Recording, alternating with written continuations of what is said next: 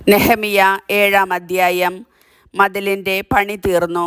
കതകുകൾ കൊളുത്തുകയും കാവൽക്കാരെയും ഗായകരെയും ലേവ്യരെയും നിയമിക്കുകയും ചെയ്തു. ഞാൻ എൻ്റെ സഹോദരൻ ഹനാനിയെയും കോട്ടക്കാവൽക്കാരുടെ അധിപനായ ഹനാനിയായെയും ജെറുസലേമിൻ്റെ ഭരണമേൽപ്പിച്ചു. വിശ്വസ്തതയിലും ദൈവഭക്തിയിലും ഹനാനിയ അതുല്യനായിരുന്നു. ഞാൻ അവരോട് പറഞ്ഞു, വെയിൽ മൂക്കുന്നതുവരെ ജെറുസലേമിൻ്റെ കവാടങ്ങൾ തുറക്കരുത്. കാവലുള്ളപ്പോൾ തന്നെ വാതിലുകൾ അടച്ച് കുറ്റിയിടണം. ജെറുസലേം നിവാസികളെ ആയിരിക്കണം കാവൽക്കാരായി നിയമിക്കുക. അവർ താന്താങ്ങളുടെ ഭവനത്തിൻ്റെ എതിർവശത്ത് സ്ഥാനമുറപ്പിക്കണം.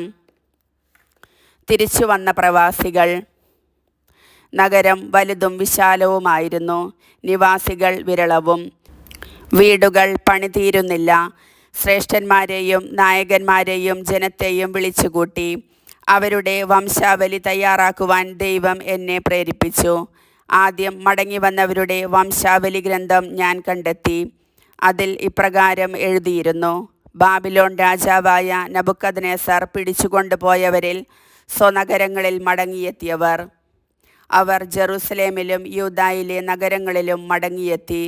സെറുബാബേൽ, യെശുവ, നെഹമിയ, അസറിയ, റാമിയ, നെഹമാനി, മൊർദെക്കായ്, ബിൽഷാൻ, മിസ്പേരത്ത്, ബിഗ്വായി, നേഹും, ബാന എന്നിവരുടെ നേതൃത്വത്തിലാണ് അവർ വന്നത്.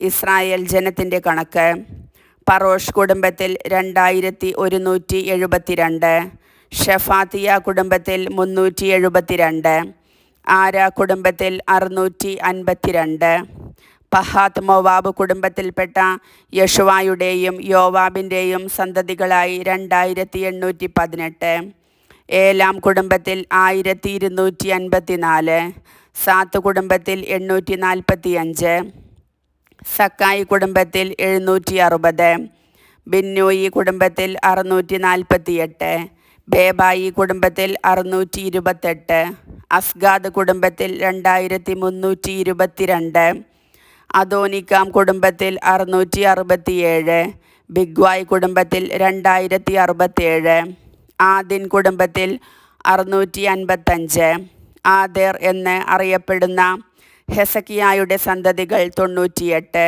ഹാഷും കുടുംബത്തിൽ 328, ബസായ് കുടുംബത്തിൽ 324, ഹാറിഫ് കുടുംബത്തിൽ 112, ഗിബയോൻ കുടുംബത്തിൽ 95, ബെത്ലഹേമിലെയും നെത്തോഫാഹിലെയും പുരുഷന്മാർ 188, അനാത്തോത്തിലെ പുരുഷന്മാർ 128, ബേത്ത് അസ്മാവേത്തിലെ പുരുഷന്മാർ 42, കിര്യാത്ത് യയാറിം, കെഫീറ, ബേറോത്ത് എന്നിവിടങ്ങളിലെ പുരുഷന്മാർ 743, റാമായിലെയും ഗേബായിലെയും പുരുഷന്മാർ 621, മിഗ്മാസിലെ പുരുഷന്മാർ 122, ബദേലിലെയും ആയിലെയും പുരുഷന്മാർ 123, മറ്റേ നെബോയിലെ പുരുഷന്മാർ 52, മറ്റേ ഏലാം കുടുംബത്തിൽ 1254, ഹാറിം കുടുംബത്തിൽ 320, ജെറീക്കോ കുടുംബത്തിൽ 345, ലോദ്, ഹദീദ്, ഓനോ എന്നിവരുടെ സന്തതികൾ 721,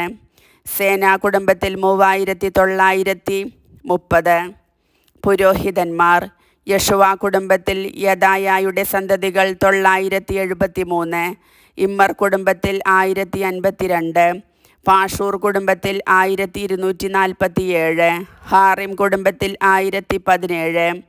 ലേവ്യർ: ഹോദവ കുടുംബത്തിൽ യശുവയുടെയും കദ്മിയേലിൻ്റെയും സന്തതികൾ 74, ഗായകർ: ആസാഫ് കുടുംബത്തിൽ 148, വാതിൽ കാവൽക്കാർ: ഷല്ലൂം, ആദർ, തൽമോൻ, അക്കൂബ്, ഹത്തീത്ത, ഷോബായ് എന്നിവരുടെ സന്തതികൾ 138. ദേവാലയ ശുശ്രൂഷകർ: സീഹ, ഹസൂഫ, തബാവോത്ത്, കേറോസ്, സിയ, പാദോൻ, ലബാന, ഹാഗാബ, ഷൽമായി, ഹാനാൻ, ഗിദൽ, ഗാഹാർ, റയായ, റസിൻ, നെക്കോദ, ഗസാം, ഉസ, പാസയ, ബേസായ്, മെയുനിം, നെഫുഷെസിം, ബക്ബുക്ക്, ഹക്കൂഫ, ഹർഹൂർ, ബാസ്ലിത്ത്, മെഹിദ, ഹർഷ, ബർക്കോസ്, സിസേറ, തേമ, നെസിയ, ഹത്തീഫ എന്നിവരുടെ സന്തതികൾ. സോളമൻ്റെ സേവകരുടെ പുത്രന്മാർ സോത്തായ്, സൊഫേറേത്ത്, പെരീദ, യാല, ദാർക്കോൻ, ഗിദൽ, ഷെഫാത്തിയ, ഹത്തിൽ, പെക്കേരത്ത്, ഹസെബായിം, ആമോൻ എന്നിവരുടെ സന്തതികൾ. ദേവാലയ ശുശ്രൂഷകരും സോളമൻ്റെ സേവകന്മാരും ആകെ 392 പേർ. തെൽമേല, തെൽഹർഷ, കെരൂബ്, അദോൻ, ഇമ്മർ എന്നിവിടങ്ങളിൽ നിന്ന് വന്നവരാണ് താഴെ പറയുന്നവർ. എന്നാൽ തങ്ങളുടെ കുടുംബമോ കുലമോ കൊണ്ട് തങ്ങൾ ഇസ്രായേലരാണെന്ന് തെളിയിക്കാൻ അവർക്ക് സാധിച്ചില്ല. ദലായ, തോബിയ, നെക്കോദ എന്നിവരുടെ സന്തതികൾ 642. പുരോഹിതന്മാരുടെ പുത്രന്മാർ ഹൊബായ, ഹക്കോസ്, ബർസില്ലായ് എന്നിവരുടെ സന്തതികൾ.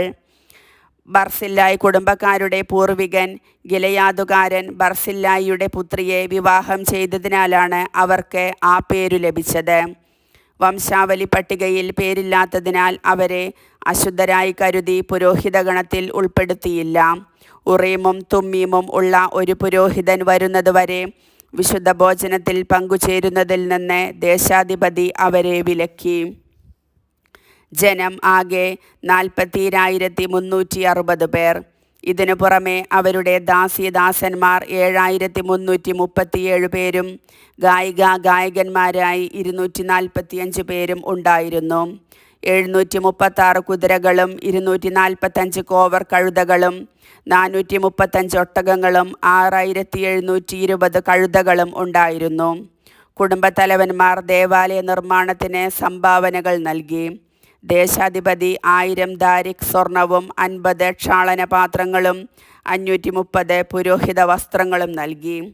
കുടുംബത്തലവന്മാർ നിർമ്മാണ നിധിയിലേക്ക് 20,000 ദാരിക് സ്വർണവും 2200 മീന വെള്ളിയും നൽകി. മറ്റുള്ളവർ 20,000 ദാരിക് സ്വർണവും 2000 മീന വെള്ളിയും 67 പുരോഹിത വസ്ത്രങ്ങളും നൽകി. പുരോഹിതന്മാർ, ലേവ്യർ, വാതിൽ കാവൽക്കാർ, ഗായകർ, ശുശ്രൂഷകർ തുടങ്ങി ഇസ്രായേലരെല്ലാം താന്താങ്ങളുടെ പട്ടണങ്ങളിൽ താമസിച്ചു. 7-ാം മാസമായപ്പോഴേക്കും ഇസ്രായേൽ ജനം താന്താങ്ങളുടെ പട്ടണങ്ങളിൽ വാസമുറപ്പിച്ചിരുന്നു. കർത്താവിൻ്റെ വചനം.